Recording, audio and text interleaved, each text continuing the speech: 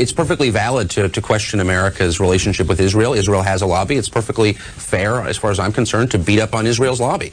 But I don't think that's the reason that Buchanan is being labeled an anti-Semite. It's this kind of, as I've said, this relentless bringing up topics related to Judaism. I mean, famously, Pat, always beats up on Goldman Sachs, but never Morgan Stanley. I mean, it's really hard to.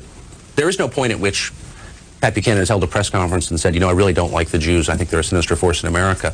But I think, and it took me years to come to this position. I mean, I'm not throwing the term anti-Semite around. But you reach a point when you say, well, gee, here's a guy who has gone out of his way to defend Demjanjuk and other accused Nazi war criminals, who's constantly attacked Israel, who's attacked American Jews for supporting Israel unduly, who's implied that American Jews push America into wars in which non-Jews die. There really is, and again, I'm not hysterical on this subject, but I do believe that there is a pattern with Pat Buchanan of needling the Jews. Is that anti-Semitic? Yeah. I mean, after a while, you conclude it is, in some sense, anti-Semitic. I mean, Pat Buchanan obviously has a lot of personal and affectionate relationships with people who are Jewish.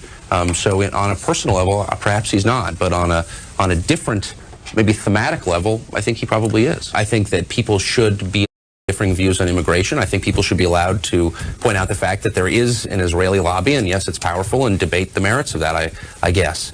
I don't think there's, strictly speaking, anything wrong with that.